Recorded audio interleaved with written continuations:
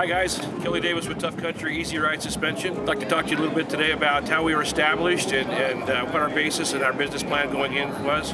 We started in 1989 in a small 1,100 square foot facility. My brother and I started in 1989. We came from an off-road family. We had an off-road chain of businesses called Mr. 4x4, and we spun off of that in '89. We felt the need that there'd be we could be a stronger effort as far as quality suspension products at an affordable price, and there was a niche there for us. And so at that time we were just two young kids and decided that let's do this. We can do it just as good or better than our competitors. And so it started out that way, and it started out with straight axle leaf spring suspensions, went into I-beam suspensions for the Fords, and now today it's very complicated, but we like to think that we have the largest part numbers in the industry when it comes to automotive aftermarket lifted suspensions. We go all the way back to 1966 to obviously current 2023, and that's helped establish what we call supermarket shopping.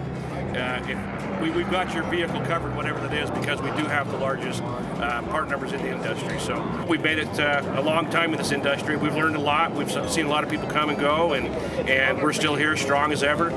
2019, we were bought by DPI Off-Road Brands.